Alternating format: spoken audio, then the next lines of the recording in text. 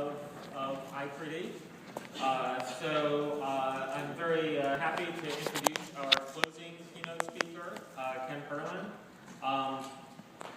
You could tell by his bio in the program that he has had a very illustrious career in graphics. So he's a professor at NYU, directs the NYU Games for Learning Institute, has directed the Media Research Laboratory and Center for Advanced Technology there. He's the recipient of an Academy Award for Technical Achievement for his work in Perlin noise, which I think the paper just said noise, right? And also the ACM SIGGRAPH Computer Achievement Award, as well as many other awards. So certainly many awards. So he received his PhD from NYU, BA in math from Harvard, and one of my favorite things, which I think is not actually on this bio, is that he worked on the original Tron. Without further ado, here's Ken. I did that when I was 3 years old.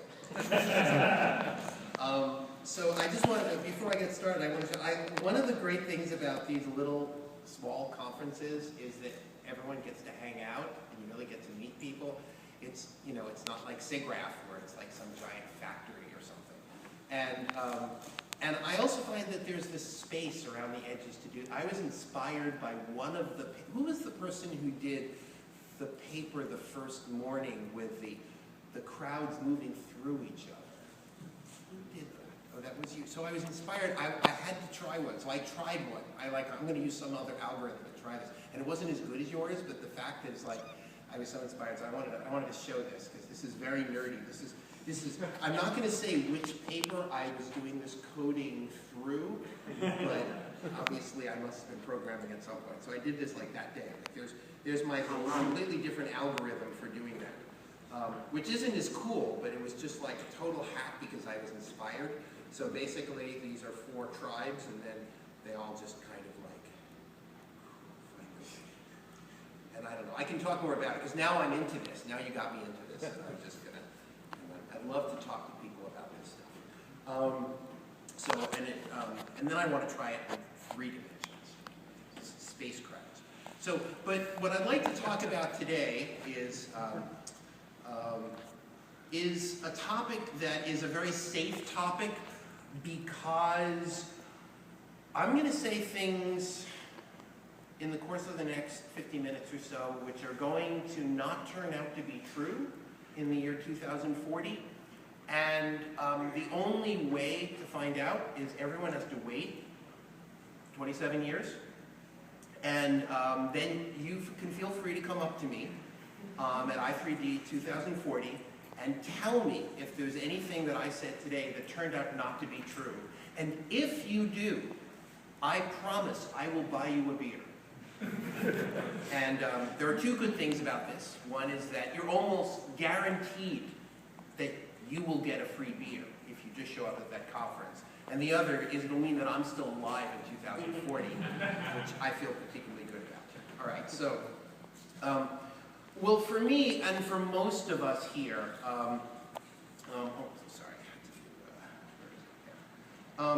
we sort of have this relationship with technology.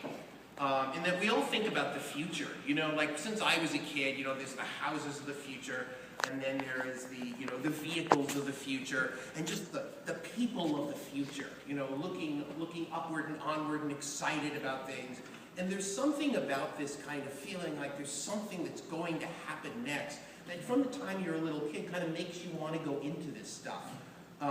But then, when you're a little kid, you don't know what it is, and you start asking these questions like what is the future going to be? And maybe you start making, like when I was a little kid, maybe I would start guessing, like, far in the future, I predict that they're going to have these products that no one's ever thought of before, like maybe, something for seeing videos, or something for talking to people, or something for like sharing things with my friend on my modern CRT screen, or who knows, maybe short text messages are going to take off sometime in the future. But the problem is you can sit there and think about this when you're a little kid, but it doesn't do any good. And I think the key person who made the key insight was Alan Kay, who said, as some of you probably know, he said, the best way to predict the future is to invent it. And I think what's great about this group of people is that it's taken for granted by everybody in this room that you just make stuff and see, well, does this work? You're not like writing op-ed pieces, you're not, saying, I think someone else should do this. Everyone here kind of makes stuff. And some of the stuff works out, and some of this doesn't work out. But what you're doing is you're inventing the future. And I think that's a really healthy thing. So for a lot of my career, as I think in earlier pictures I showed, I was doing stuff like this. I was doing a lot of computer graphics. On my web page, there's lots and lots and lots of examples of crazy computer graphics stuff. Hundreds of things you can try out. But there's something fundamentally dissatisfying about this sooner or later, because you're spending all of your creative energy in an entirely virtual place. So one of the things I'm really interested in is interactive animated characters. And at some point I started thinking, well, what if I take one of my interactive characters and I say, I want this character to come into this world, our actual world. So I was doing a residency at the Banff Center for the Arts sometime summer of 2010, and someone had left a 3D printer there. Wow, a 3D printer, and I'd never actually used a 3D printer until about 3 years ago, and I was really excited, so I started making stuff. I started making art projects, so I took one of my computer graphics things, which was a little 3D maze, and I just printed it out, and it was so cool because suddenly it had a size. It wasn't just this thing on the screen, it was like, this is an actual thing in the world, and you start having a different kind of very visceral relationship to it. And at some point I took my little interactive animated guys that I had, I'd been doing procedural animation and having them walk around, and I printed out like a dozen different sculptures and put them together.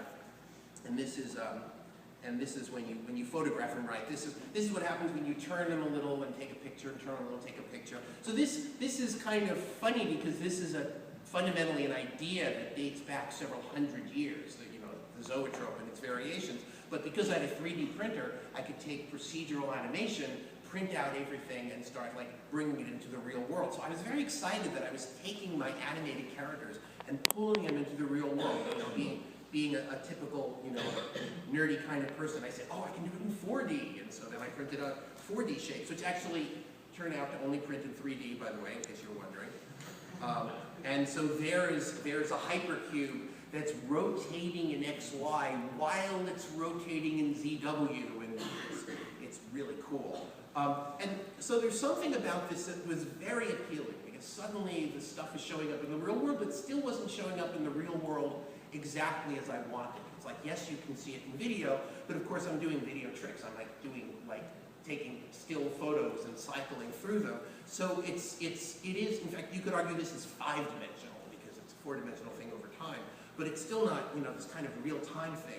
So at some point I said, I just need my own 3D printer, and I found there's this little company in China called PP3DP, and you go and you spend them money, and they send you back a 3D printer. So by the time I got back to New York in September of 2010, I had my own little 3D printer at home, and I was so happy. I was making stuff. This is my couch, and I'm printing out some Christmas decoration for somebody with my, this is a fractal snowflake. And in my apartment, and having a 3D printer at home is actually a very transformative thing, because you wake up in the morning, you make coffee, and you start printing stuff. And it's like kind of the difference between if you could send out to have your stuff printed on paper, or you have a laser printer in your lab, and it's like anything. It's like if you can just iterate, you start experimenting. The immediate access changes fundamentally the way you think about things. But still, it was a technology just to make objects. It wasn't a technology to make objects I could interact with in a really interesting way. What I really want is to be able to do this. I want a 3D character to show up in my world. I want to reach out my hand, and there's some kind of character. You notice I don't even care how well it's rendered. It doesn't matter. I just want something that's kind of living in this world that comes from the stuff we do to the computer. And to me, the idea that I'm thinking of this thing as being in this world right here, as opposed to that world or that world on the screen, is where I think the future is going to go. So I think that the fundamental difference between I3D in 2013 and I3D in 2040 is that a bunch of other technologies are one by one going to kick in that we're just seeing the beginning of, which is going to change the definition of the field of computer graphics. It's going to change the whole meaning of it, and I'm going to try to make the argument to you that, in fact, what's going to happen in the course of your professional lifetime is that computer graphics is going to be, by far, the most important field in the world. And you think it's important now, but you haven't seen anything yet. And this is the best time in history involving computer graphics, because you're going to become basically the center of the human universe. And so you're going to have to, like, you know, start acting cool, which I don't know, it's going to be hard. We're so used to not being treated that way. So how many people have read this book? Snow Crash, 1992, right? It basically describes the metaverse. It came out, interestingly enough, a year before almost everyone in the world had even heard of a thing like the World Wide Web. And the idea, which was kind of, you know, you'd seen it in Tron before, which is let's all sort of virtually enter a shared world, and it's an embodied world, and we're all hanging out with each other. But there was this idea that we're being ourselves, and we're looking at each other. But we're looking at each other not literally, but the way we'd like to. With objects between us that we'd like to see. And it was much, much cooler than like Second Life. It was, you really felt you were embodied in this world the way he wrote it. Now, I had been doing computer graphics for years earlier. I mean, this is one of my early computer graphics things, where I wanted to create worlds that seemed real but had impossible things. You know, this is clearly inspired by René Magritte and the Surrealists. It's like, okay, it's real, but it's impossible. Therefore, it's some weird hybrid between the stuff of reality and the stuff of our minds, which, after all, isn't that what we use technology for? That's what novels are, that's what movies are. It's like this weird hybrid between the reality out there and the reality in here. And to me, by far the most important influence, I mean, hands down, the most important cultural influence in a new generation that is fundamentally rethinking that relationship. I mean, you could argue the great genius of unsung genius in some ways of human-computer interfaces is this person. So how many people know who this is? Who is this? J.K. Rowling. Exactly. J.K. Rowling wrote this. And the thing about the Harry Potter books is, starting in the late 90s, what she said was, what's reality? What do you want reality to be? So this is really the right way to frame a person's relationship with what they'd like a computer to do. She started saying, oh, well, let's just have a world where the technology, which she just called magic for convenience, just does what we want. We want people in newspapers to be able to wave at us and move. We want to take a map out of our pocket and see where everybody is. We want, and one by one, she started describing these things. You know, of course, they're impossible, but she started describing them. And one by one, they started happening in the real world over the course of the next decade. And I think part of it was that she kind of manufactured desire. She sort of got people thinking about, I want this technology to be me-centric.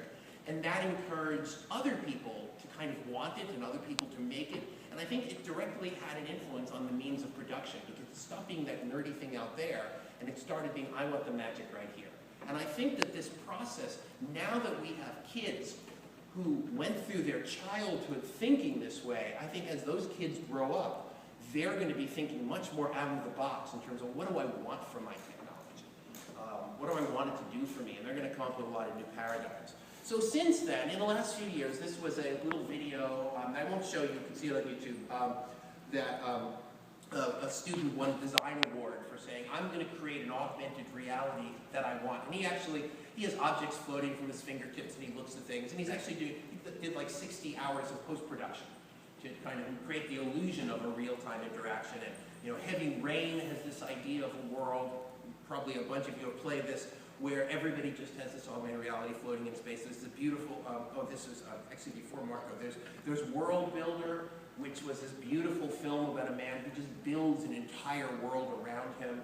And Marco Tempest does these incredibly lovely mixed reality illusions, where what you're seeing here is a shot from a video that he did in Tokyo downtown Tokyo, where you can't see it, but at the four corners of this board here, he has four little IR LEDs, and then he has a camera and a projector, and as he's moving this thing around, he's tracking these four, so this is no connect needed, he's just tracking these four dots, and then, you know, the program does the math, and then projecting onto this thing right on the street. And then this was a kind of a cool punchline. After he shows these virtual balls, he actually has real styrofoam balls hidden behind it, so he pours out the virtual objects and they bounce all over the real world. Very cool. He's like one of the really good cyber magicians. And of course, before any of this was, how many people have seen this movie? This was back addressing a concern in yesterday's panel. This was back when, I mean, I believe that George Lucas's problem was not that he got too much technology, but that at some point he started replacing really good writers with a particularly crappy writer. And so the first three movies had great writers. Does anyone think the last movies are better? I'm just curious. Okay, so you agree with me, right? He hired the best writers he could for the first movie, and it really shows. But what that means is that you believe in what's going on. You believe what's going on inside the heads of the characters in those early movies. And in particular, this little interaction right here, which is so crucial, which is that there's Luke and there's Obi-Wan, and they're looking at Princess Leia, and they're looking in thin air, and we know that this is not possible. I mean, we know there's this physics, what are they projecting onto? It's only air, blah, blah, blah. But we're totally buying into it because, well, you have Alec Guinness, who's a really, really good actor, and in fact, the effects team for this, if you ever go back and watch this, I think you might even be able to find on YouTube, like the original before he fixed it up. All the crazy little bad video effects that Princess Leia has going through her, there's like this sort of banding going on and noise and everything. And the genius of this shot was that what they realized back in 1976, 77 is if you want an audience to believe that a holographic projection floating in the middle of the air in a galaxy long ago and far away is really, really happening, you have to make it wrong in the same way that when we see movies, things are wrong. You have to add all the artifacts as though somebody had actually set up a 35mm film projector in the room just where we are and are pointing it at these Jedi Knights. And as long as it's crappy in the right way and you see the artifacts, oh, it's got to be real because it looks wrong in the right way.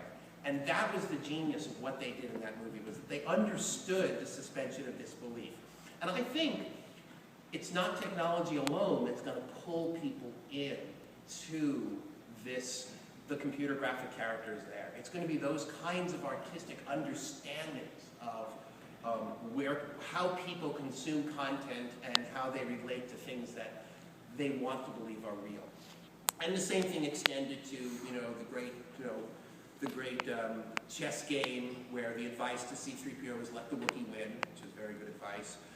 And this beautiful scene here, which is so fascinating because it shows that here you had a world where, and this tells you something about movies, here you had a world where you could make Endor float in space in front of everybody as this beautiful screenless holographic projection, and yet they had all of these little video displays everywhere, which were obviously completely unnecessary because it's a world where you could make Endor float in space in front of everybody. But it's 1977, and if they didn't have all the little video displays everywhere, the audience would have been completely lost.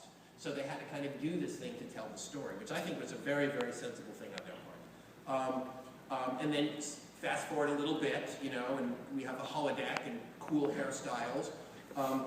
But this idea of we share a world, notice they're looking at each other, and it's important they're looking at each other, because the whole idea of the holodeck is all of this stuff is so that we can hang out with each other. They understood, in Next Generation, they understood completely that this is a social experience, and this is about a social experience. By the way, to give credit where credit is due, can anyone name the film on the left? It came out exactly 20 years before Star Wars. The floating, attractive young woman in the air there is Anne Francis. The guy who's looking at her wearing the stuff on his head is Walter Pidgeon. Way off to the right is, does anyone get it yet? Forbidden Planet, exactly. Right. Leslie Nielsen, before he got funny. And in fact, what's interesting is if you look very carefully, you realize that Lucas didn't just take the idea, he actually took the exact camera shot from a film that had come out 20 years earlier, which was really good. And I'm glad he did. It was kind of an homage to the earlier film.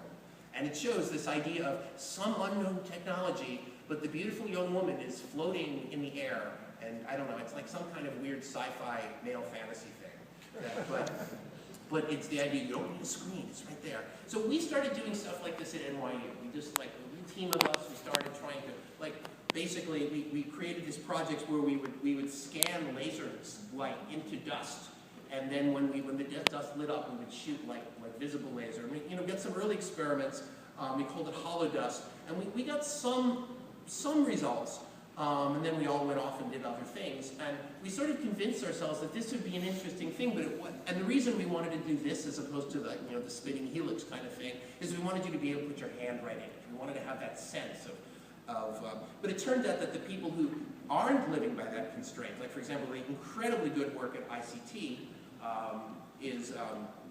and with an eerily young-looking David Letterman staring at it, is, so there's a spinning thing there, and it's a, I don't know, is that Mark Bolas floating in space there? Looking like someone from The Simpsons, I'm not sure. But basically, they're spinning something incredibly fast, like several hundred times per second, and then they have a 15,000 frame per second TI projector, and every single, I think, degree of angle is getting another different view. So your left and your right eye, no matter where you are, is getting a different view. So they're creating a 3D light field.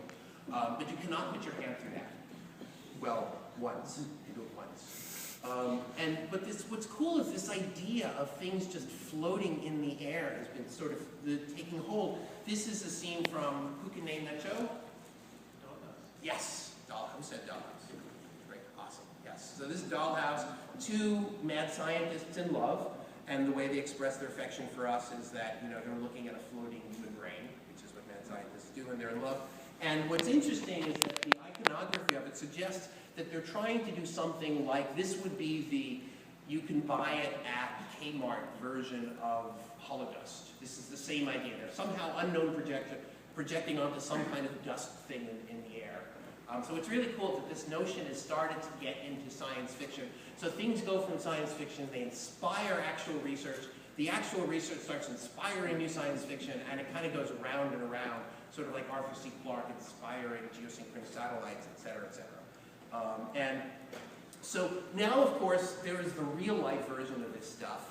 Here you see the incredibly important application of AR, which drives everything, which is where do I find the pizza?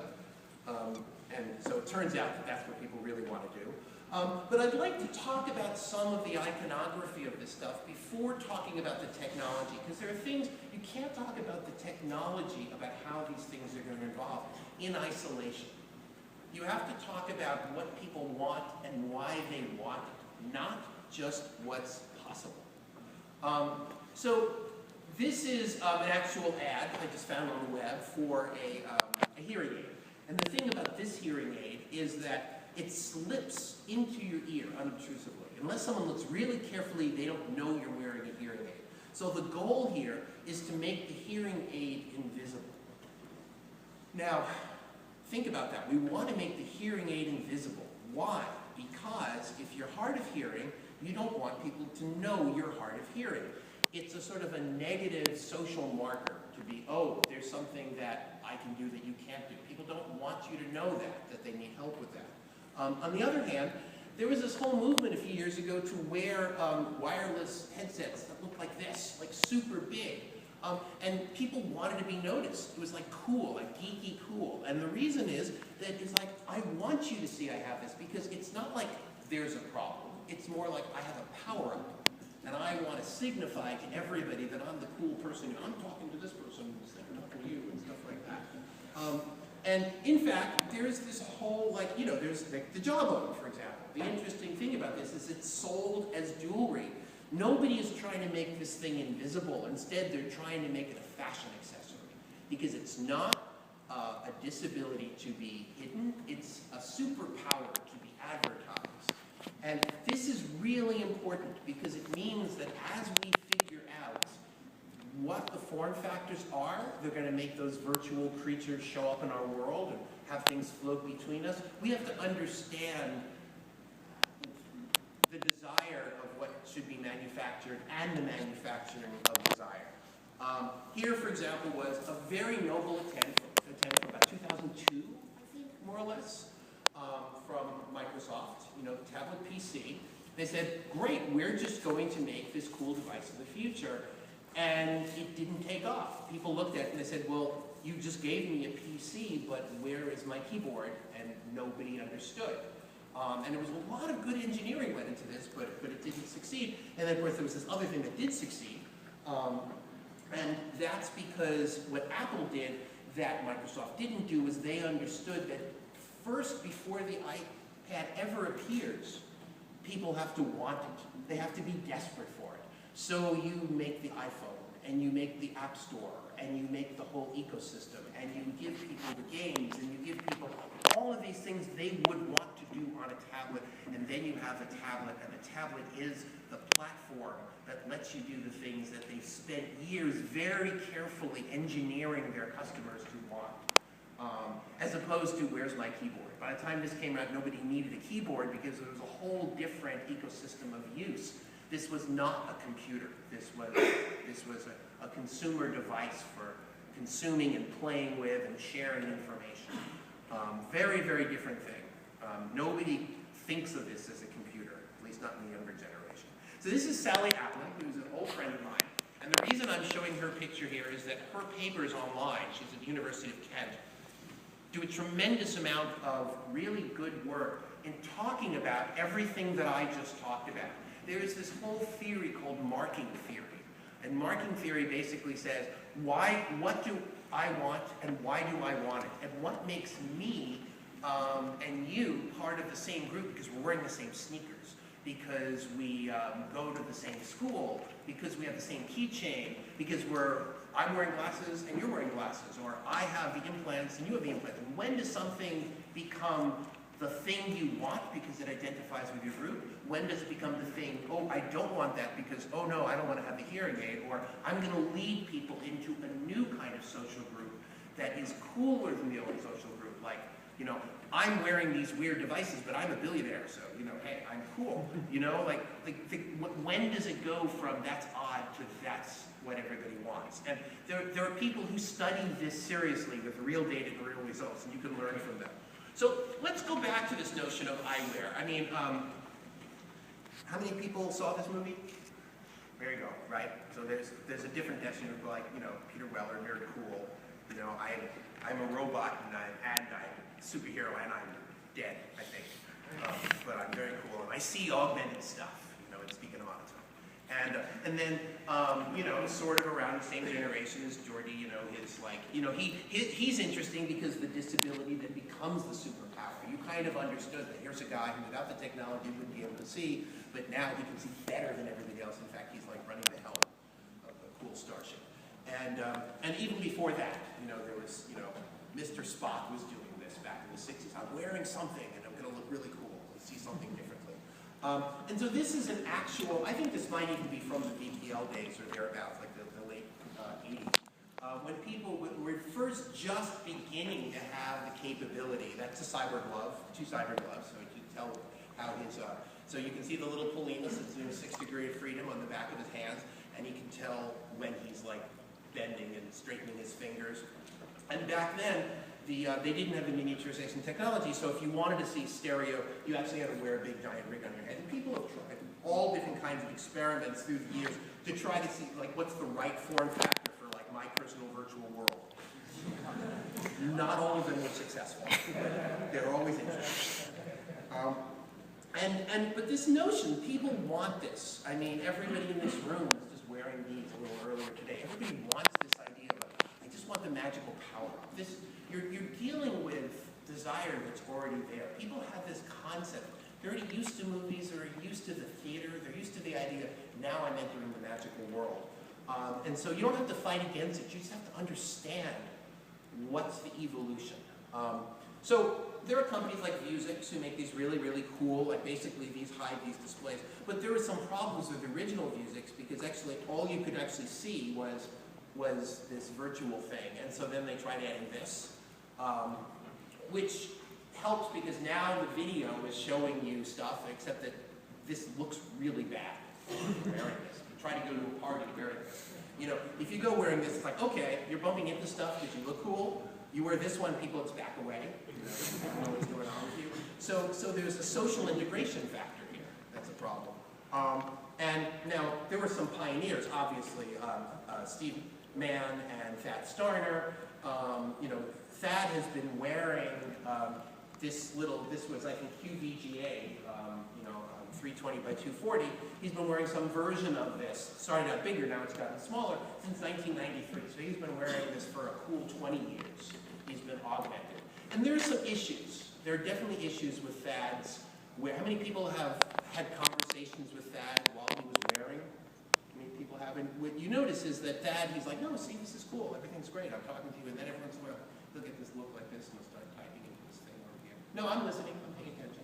You know, and so there's a weird thing that he's in a slightly different social world because he goes off and checks stuff online, but you're supposed to believe he's still in a conversation with you. And that issue is a really interesting issue that's going to get, like, if I take out my smartphone, or my dumb phone, yeah, and I take out my phone and I do this, you know I'm ignoring you now, you know?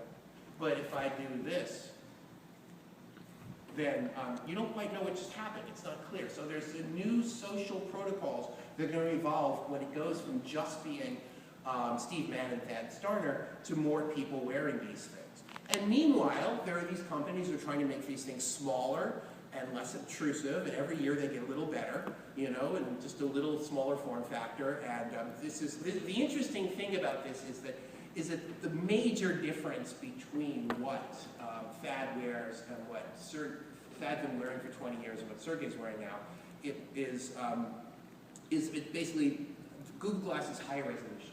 It's 640 by 480 instead of 320 by 240, which makes sense because the technology has evolved, the batteries have evolved, etc. It's got the cool little cameras, you can take pictures of you. But there is a signifier. It's like when the guy who is wealthier than anybody you know is wearing it, suddenly everyone pays attention and like, did he just jump out of an airplane? You know, and cool stuff. Whereas Thad's been doing this for 20 years, and most people were just like, oh, it's kind of weird. So there's something going on here that's not about the technology. It's about other signifiers of trendsetters and signals about it's time now for something to happen. Now, this looks really nerdy, but the really thing I think is interesting about this was that these people came up with this fundamental filter. Now you can actually get this this is from Lumos, an Israeli company, that shows that we're just beginning to get to the point where you can have really, really large size glass that is really transparent and just inject stuff from here and you can see stuff floating out there. So it's not just the little thing floating in front right here that you have to look at as in Google Glass. We're just beginning a point where, like, you extrapolate forward a few years and everyone who is wearing glasses will be able to see in the next 5 years or something. And then once it's commodity, the cost will go down. High quality stereo large format.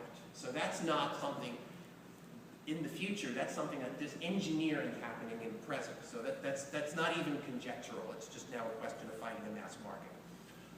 So I took the number 2013, and I took the number 2040, and I subtracted them. And the result I got was 27. Did I do that right? 27?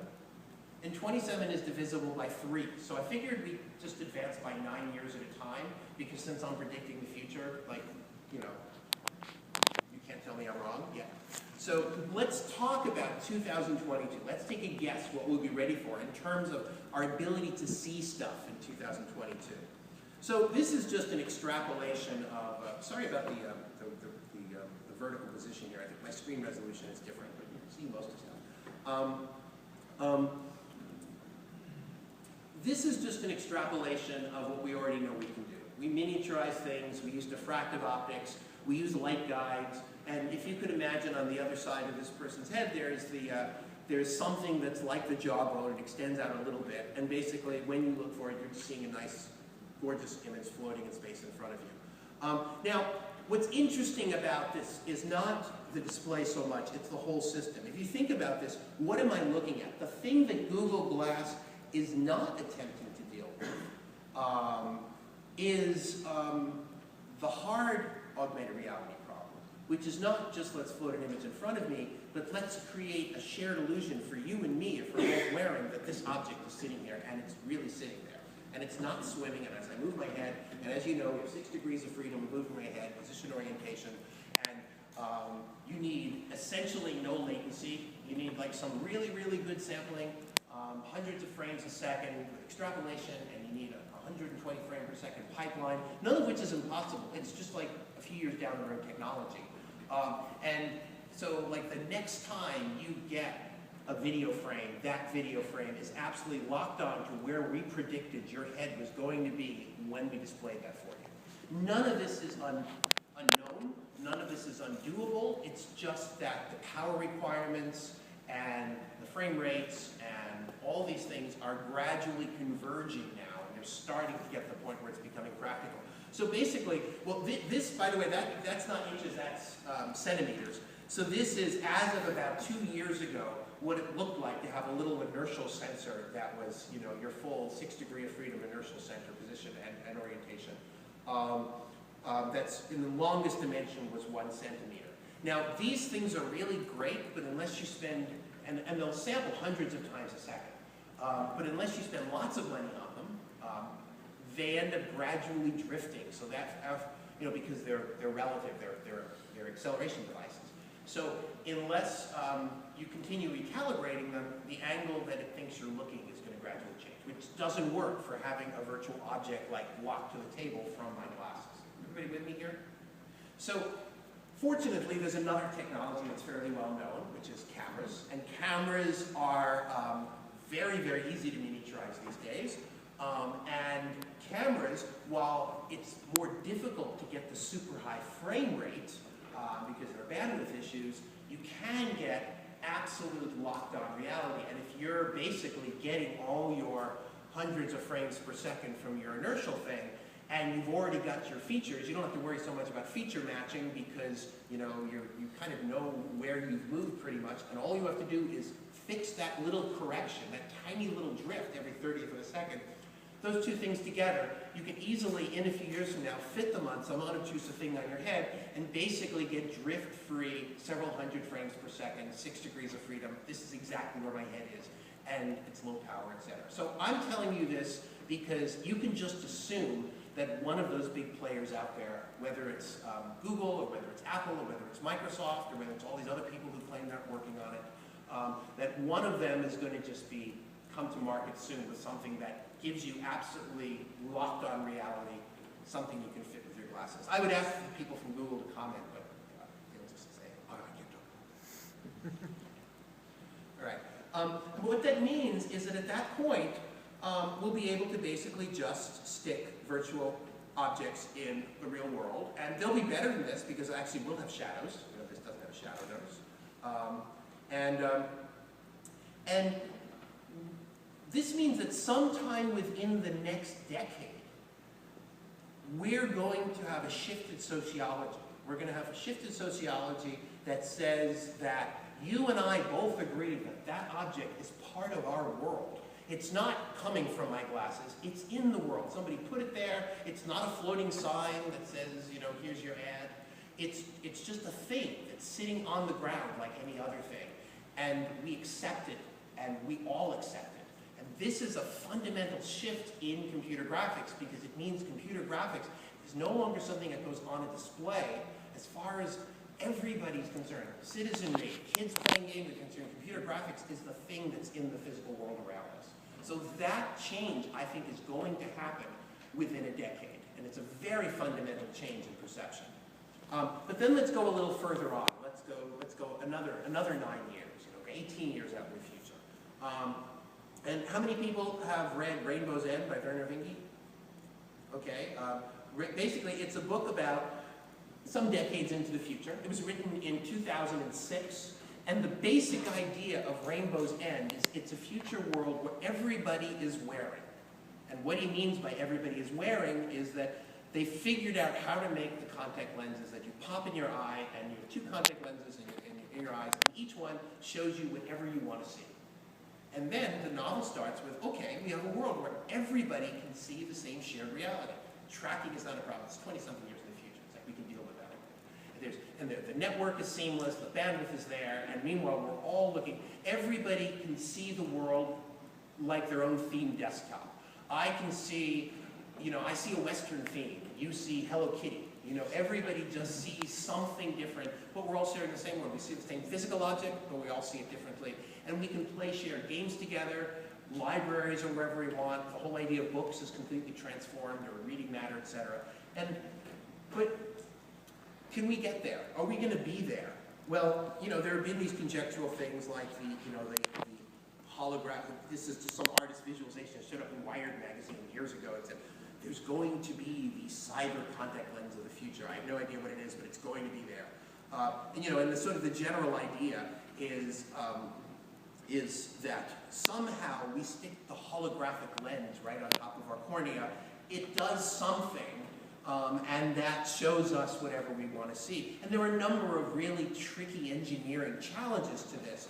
One of the tricky engineering challenges to this is that when something is that close to your actual lens, it can't use traditional optics anymore. The only thing you have left is nanoscale diffractive optics, because you can't actually just, bend light with lenses there. You have to be creating something that is going to be nearer than your actual lens can focus, which means it has to create essentially a holographic pattern, so it'll come back to the focus when it hits your retina.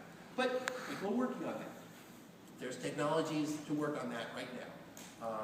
And Babak Parviz at, I think he's in Washington, UW, I think, started making these kind of like experiments of let's see what kind of electronics, let's move in lighting devices. Then he ended up joining the Google Glass team, and no one's ever heard from him again. Just disappeared. He'll show up in cyberspace as a virtual creature. But this notion, I mean, they actually, I think this particular part of the experiment, they'd taken this thing and they'd managed to put it on rabbits, and the rabbits could wear it for 20 minutes, which I think was a triumph or something. At that point, the rabbits kind of objected and renamed them their consent forms or something. But wouldn't it be interesting if we could just pop something in our eye that looked like this? It's just the little contact lens. That's all. Just that. Could we do that? Well, here's an existing technology. It's not even new. It's existing technology. This is 100 nanometers. This is 100 nanometer scale grading. And this grading basically can act either like a mirror or like a prism for light of the right frequency. So if you shine light like this, it'll bend it into your eye, or it'll bounce it, or it'll do whatever. And it's basically in the diffractive range because it's smaller than the wavelength of the light, which means you could put nano gratings on a contact lens, and if you shine light from the right direction, the light will go right to your retina. So one could conceivably, I'm gonna do something to fix this. Hold on, I'm gonna fix this. Wait a second, because this is really annoying.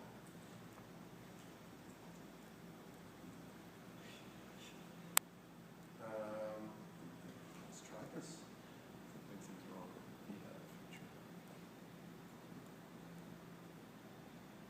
Nope. I'm trying to see if I can get this thing to line up properly, because it's driving me crazy that this resolution is wrong. Let's see if we can get this working out. Ah, that's much better. Okay. Because you're missing parts of these images, because the resolution changed when I plugged in the projector, because we're still in 2013 technology. Remember when we visited all these cool things? All right, so we're just about up to it now. Ah! It's not working. Oh well. I don't know. I shouldn't remember it, should I? It'll just drive us all crazy. Try one more thing. If it doesn't work, I'm giving up. Okay, yeah, that worked. Okay, good. So, all right. So if you have these micro gratings, or these nano gratings, that means that this thing can look like this. You have just something, all you need is any sort of source of illumination whatsoever, and then you wear your contact lenses, and basically, as long as it's like structured means communication, illumination, it hits the contact lenses, and you're seeing nice, big, bright stuff in front of you. So all of this stuff, you know, we've done the calculation of like, does this work? Does the theory work? Is there enough light? And yes, theoretically, all this stuff works. This is just an engineering problem. There's no fun. It's not like, you know, it's not like Iron Man's power source, which breaks all the laws of the universe, you know, and would basically mean that we would collapse into a black hole if that thing existed. This actually could be done. Now, here's what's interesting is that because you can't do this now, people still want to know what that's like.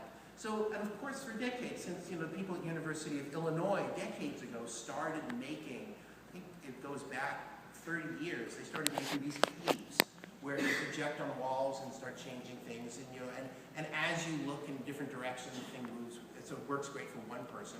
People start making, you know, these transparent holographic screens that you can look through, so you feel as though you're immersed in the world. People start doing these tricks. We do tricks like this in our lab, where you have the two displays on the side and the giant half-silvered mirror, and now I'm looking at you, and it looks like stuff's floating in front of us. And if we track everybody's head, you can really feel as though there is something that's floating in space between us. So there are all these like tricks to give you, in controlled circumstances, the feeling that this is already happening. Now, unfortunately, you can only experience it when you're in that simulator. You can't take it out into the real world. And of course, things like Connect have made it much, much easier for researchers everywhere to start playing this game of like, it doesn't cost me a fortune to figure out where somebody's hands are, somebody's eyes are, et cetera, et cetera. So I'm showing this picture in particular because this is a vision of the future from the past, sometimes called retrofuture. And people come up with these ideas about the future that they want, and then they go about trying to build them. And what happens is either they can't build them, or the thing they build ends up being very different. So I would argue this is not as sexy in a way as the previous slide. When people come up with, I know, I'll combine this thing and that thing. So I know it's going to be a telephone and a TV all in one appliance. This was from Western Electric in 1965. And this is from an actual ad in a magazine. Like, this is a forthcoming product. And it turns out that there was a fundamental disconnect between the sociology of these two devices, of the telephone and and one was sitting on your desk, and the other was like they just weren't. They didn't work together.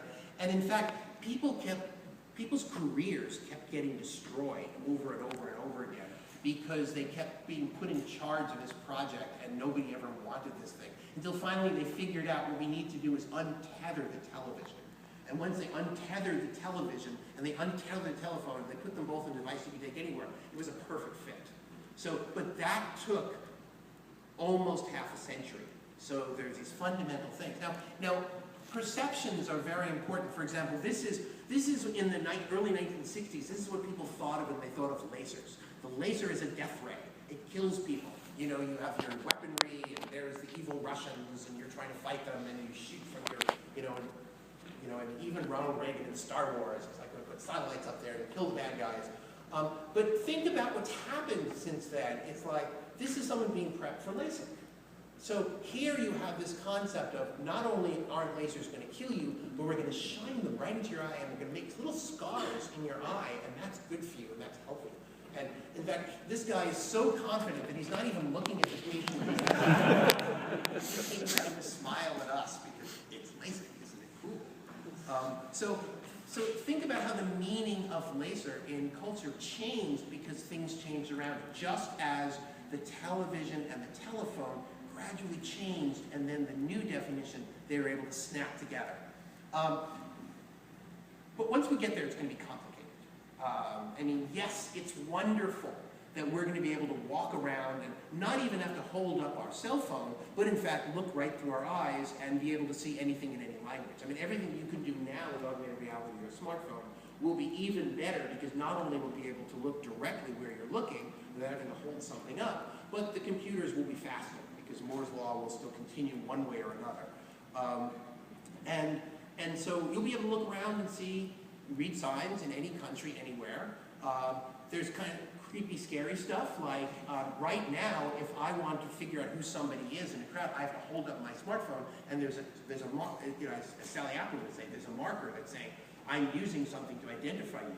But if I'm just wearing stuff, and I'm looking at you, and I know who you are, and I'm reading your whole Facebook profile, and I'm reading about that 10-year-old conviction against you that I just brought up, you know, before I even shake your hand for the business meeting, that's a potentially scary world. There are some interesting implications here for privacy. There are implications for economic inequality. There are implications for all kinds of things that we haven't even begun to deal with yet. Just as before the web took off in the early 90s and then really took off in the late 90s, we couldn't have imagined the issues of privacy and access around the web until we were faced with it. So going back to J.K. Rowling and thinking about the difference between the real and the unreal, you know, I have something like this in my apartment at home, you know, except mine's overflowing with books and media and videotapes and all kinds of stuff, and you know, at some point, it might as well look like this. It's all the same, you know. What will a physical book be? I mean, you'll only probably need, if you want to feel a book, you only need one, because you'll be able to see anything you want on it. So if you really want the physical object, you don't need to replicate those physical objects. You can be turning the pages and seeing virtual pages if you're into being retro and, you know, you're one of these old-fashioned kind of people.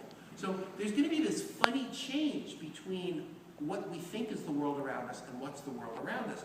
And there is this really brilliant young guy who was visiting our lab summer before last, Yoichiro Takeuchi. He was visiting from Japan, and we did this project together, and he did the most amazing stuff that raises all kinds of questions. He implemented this on hopefully this will work, he implemented this on an iPad, on a plain old iPad, which is really awesome. The notion was he took the iPad and he programmed it so instead of it doing the sort of standard, like, oh, I recognize something and I float up little text bubbles, instead he was in real time using the camera to build a tracking 3D grid model. Oh, what happened here? Is that YouTube being weird? Is that happening? Am I not going to be able to show you videos here? Let's try again. Oh no. Okay, Osprey. Let's move it up to here. Okay. So instead, he, in real time, took the actual, recognized the points in the building, identified the 3D model, tracked the 3D model from the camera. So now you're dealing with a virtualized tracked version of the building. And that means you can do things like make that building on the right get taller as you see it through this thing here. Or you could add an awning or take away an awning to a building. Or you could change the color of a building. Or you could do all kinds of like crazy impossible stuff. He's looking at the Washington Square Arch, which has just suddenly decided to dance. Or he's looking from a block away at, see what's he doing here? He's going to change the size of these two buildings while he's watching.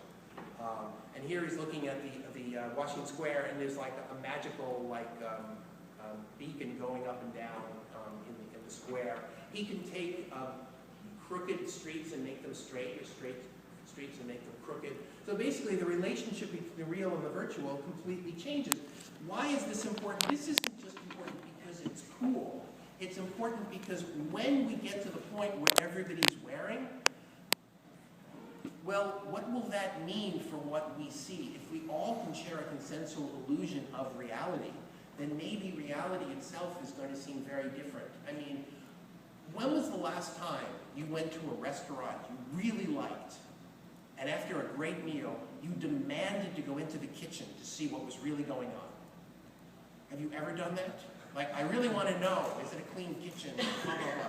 So what's going to happen is we're all going to be walking around, with people being the way they usually are, and we're going to be seeing this gorgeous city. We're not going to see the garbage. We're not going to see the unpainted walls. We're not going to see the homeless people. We're not going to see anything because, oh my God, it's such a pretty city. So this is something, I'm not saying it's going to happen, but this is something that will be able to happen unless somebody decides something else is going to happen. And so what he was showing, I think, is that, hey, you know, we're much closer to that world than you think we are. So let's just wrap it up. Let's go up to 2040. So basically, I don't know how many people saw the article in the New York Times about a month ago that the Food and Drug Administration has now officially made it legal to put an artificial retina in the back of a person's eye if they're legally nearly blind. And then there's this big infrastructure that basically transmits the signal to this receiver that's on the eyeball. And basically people who were blind can now see. So this is a real technology that isn't just in the lab. Thousands of people are starting to get these implants and are walking around being able to see. And of course these retinas are really low resolution. They're not very good. It's only the year 2013 this year. They're already working on the next generation, which will be entirely subcutaneous. The whole thing is going to be inside of your head. No one's going to be able to see anything, and you're just going to be able to walk around with an artificial retina. But now add 27 years to that. We know what happens in 27 years. We know what happened with mobile devices, with chips, with laser printers, with computer memory. At some point, these things are going to get as good as our retinas. And at some point, they may get better than our retinas. And there's no particular limit to how good they can get. There's new technologies that are just now coming out that you don't even need the chip. These are polymers that can be chemically excited that directly stimulate the neurons in your optic nerve, so that you go beyond the chip into something that's much more seamlessly, now this is existing technology, seamlessly integrated into your own tissue structure. And there's going to come a point, I would conjecture possibly by 2040, when every single parent will demand that their child must get the retinal implant so that their child can compete fairly with the other children, because the other children are able to see better than we can here, and are able to see all the cool augmented reality, which they can probably see free if they're willing to watch the Google ads. So it'll be a world where the technology will, no offense, where the technology will gradually, see, that actually means, that's like a good thing, it means Google's still winning 27 years.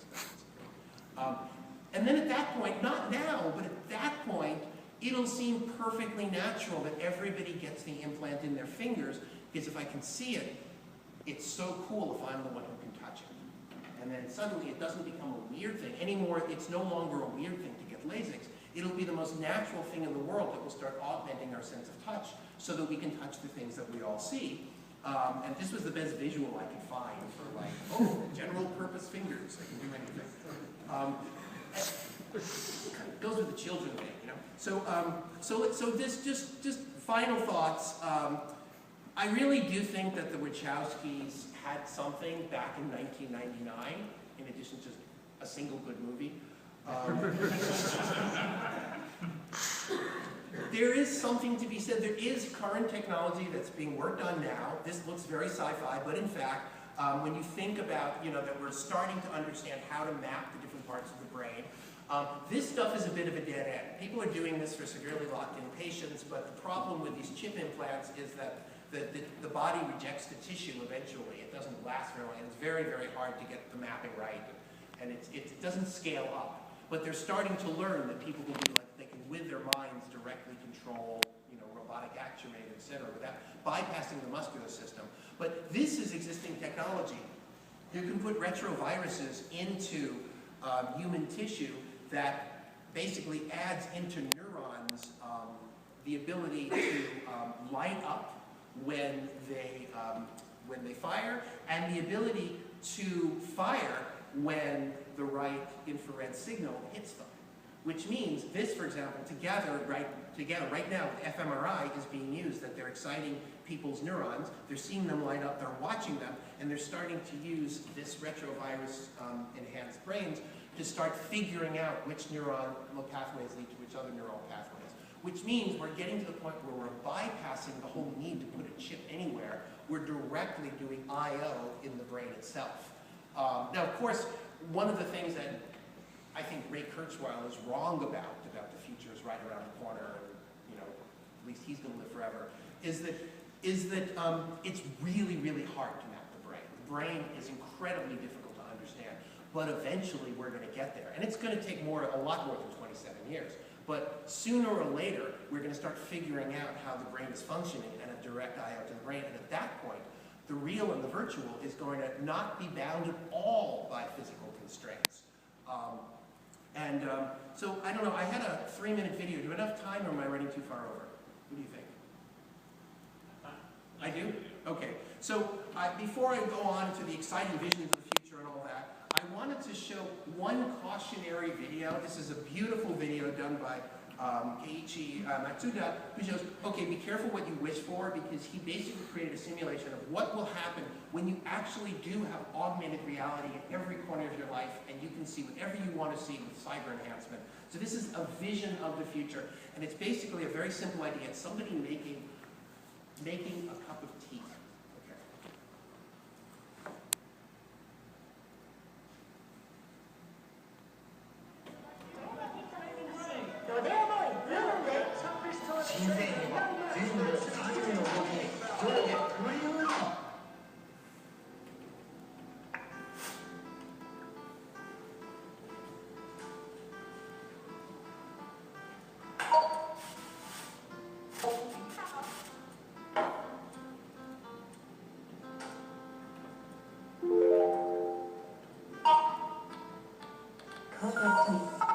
Fill a kettle with 2 hot plates, 1 VG tips tea bag, and a clean mug.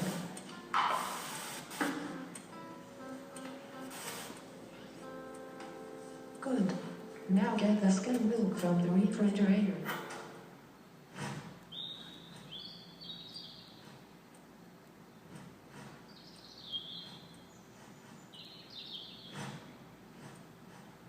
I love that real-life meetup this weekend.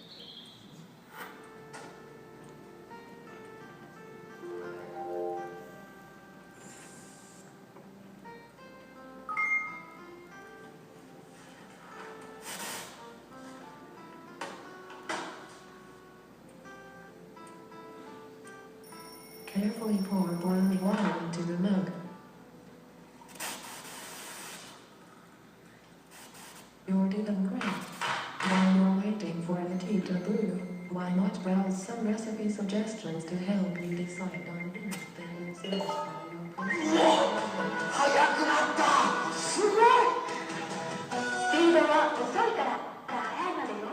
So that's from the Department of Be Careful What You Wish For. So anyway, just to wrap up, I mean, we don't know what the future's going to look like. It's going to be cool. It's going to be different. It's going to be wide open. It's going to be much more than ever exactly what we make of it, because it's going to be more and more, our reality is going to be what we define our reality to be, and you're all going to be around to see it in your careers. And so the question is, with all this power to make the future, what are you going to do? Because as people in computer graphics, you're going to be the most powerful people in the world. And that's all I have to say. Thank you.